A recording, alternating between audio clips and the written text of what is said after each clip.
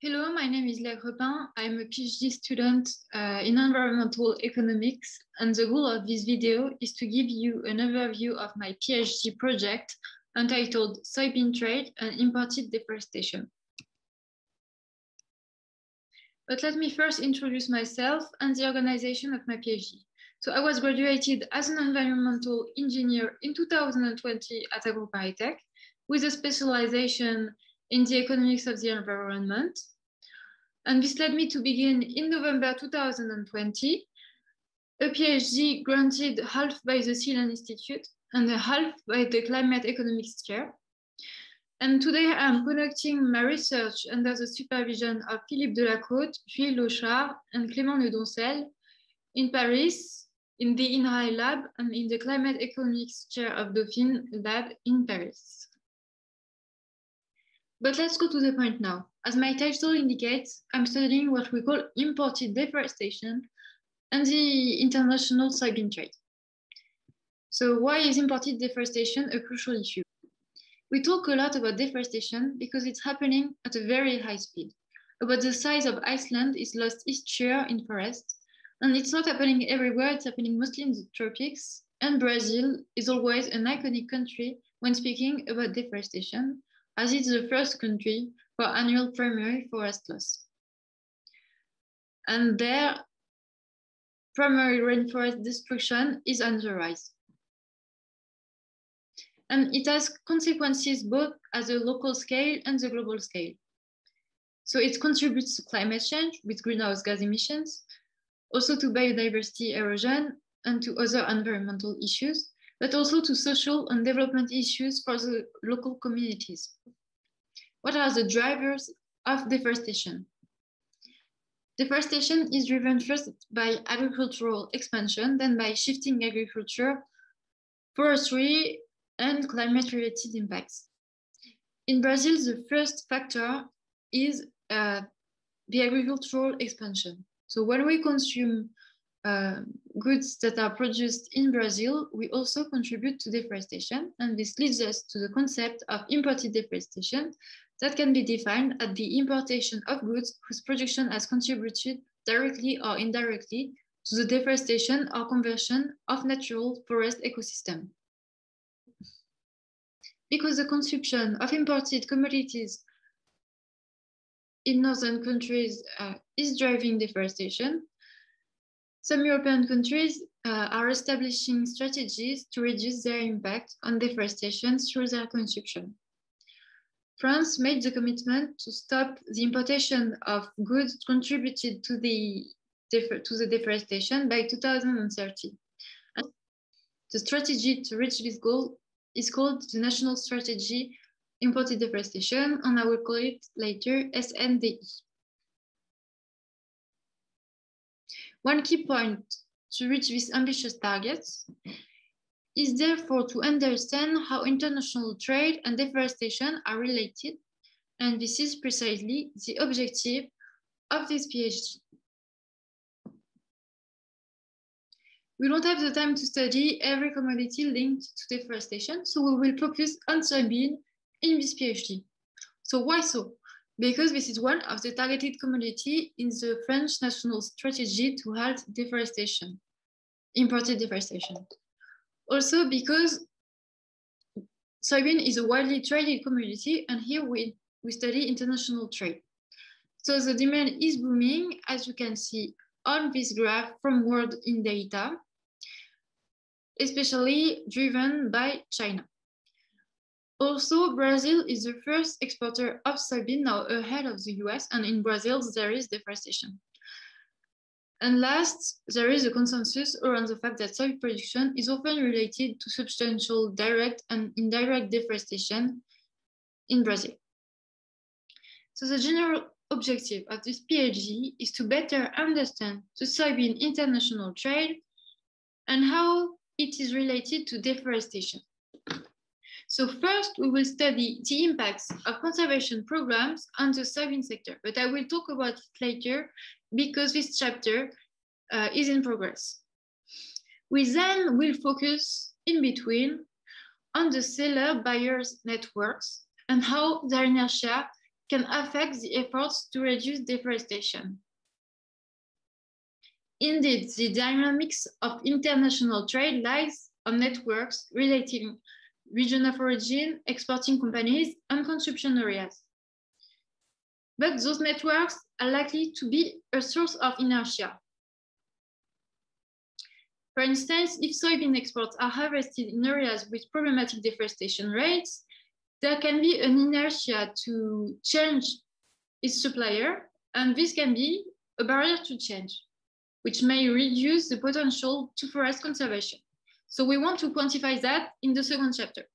In the third chapter, we will focus mostly on the consumers, trying to understand how would the changes in diets in various countries affect the soybean sector and in turn the deforestation.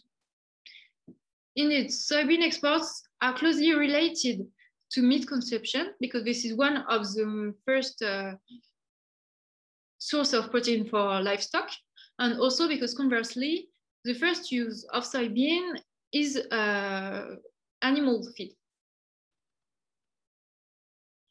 We observe that global demand for meat is increasing, but in fact, this is very heterogeneous according to the countries. In high-income countries, meat consumption tends to decrease, while in others, like India or China, meat consumption is increasing. So we want to know the impact of these changes in diets on soybean feeding, exports, and deforestation. And the overall objective of this PhD fits within the aim of Sealand, mostly in the challenge 1 and the challenge 3. In the 3 chapters, we will make an extensive use of a database called TRACE. This picture describes quite well what we have in this database, because this database is free of charge and links the production of soybean at the scale of the municipalities in Brazil, also their exports, and some environmental indicators also at the scale of the municipalities, like territorial deforestation or deforestation related to soybean, to the exporter groups, the importer groups, and the destination countries. So here you can see the flows in between all these scales. So this has lots of advantages for us because it gives quite detailed geospatial information. But at the same time, this data has some limitations because some a part of the soybean volume is not assigned to a municipality. And also because very processed products such as animal feed processed inside Brazil is not taken into account in the database. So I'm going to talk a little bit more about my first chapter, which goal is to evaluate the impact of conservation plan on the decisions of production of the farmers. So will they produce more, export more, and deforest more to produce more? To do so, we use a plan called PPCDAM. It is an action plan implemented in the Brazilian legal Amazon by the Brazilian government, first in 2004, to prevent and control illegal deforestation. And in fact, we will use one measure of the phase 2 of the plan that was very efficient. It was implemented first in 2008, and we can call it the blacklist because it targets the most vulnerable municipalities to forest conservation. So they will endure more controls, revision of land titles, restriction of credit access, and so on to impede them to deforest.